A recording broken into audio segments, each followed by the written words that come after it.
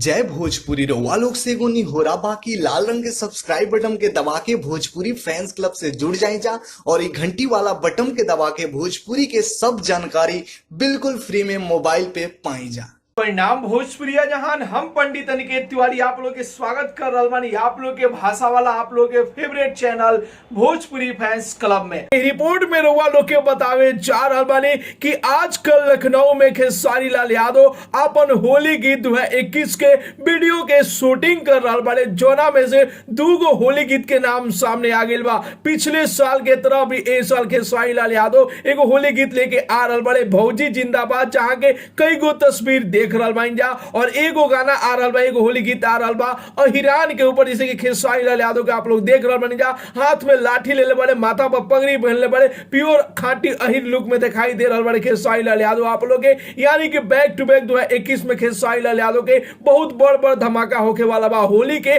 तकरीबन ऐसा रिपोर्ट आ रहल बा कि 15 से 20 गो होली गीत जो कि खेसारी लाल यादव के आई 2021 में, और कई गो होली गीत के जो कि पहले भी शूटिंग कंप्लीट कर ले रहन खेसारी लाल यादव, और आजकल जो कि लखनऊ में वाले खेसारी लाल यादव और अपन बैक टू बैक होली गीत की शूटिंग कर रहे बारे, जहां के कई गो तस्वीर आप लोग भोजपुरी फैंस क्लब के माध्यम से देख रहल बानी जा। तो भैया आप लोग के खेसारी लाल यादव के नया लुक कैसा लागल, सब फोटो कैसा लागल, अपन राय जरूर ही कमेंट बॉक्स में बताई जा। साथ ही साथ वीडियो के ज्यादा से ज्यादा लाइक करी जा, ज्यादा से ज्यादा शेयर करी जा, और भोजपुरी जगत के हर छोट बड़ न्यूज जाने खातिर अपन भाषा वाला चैनल भोजपुरी फैंस क्लब के जरूर ही सब्सक्राइब कर लीजा कि भोजपुरी जगत के हर छोट बड़ न्यूज आप लोग सबसे पहले मिले। तो मिला नहीं भैया अगला वीडियो में एगो नया न्यूज के साथ। तब तक के लिए बाय बाय, टेक केयर, जय भोजपुरी।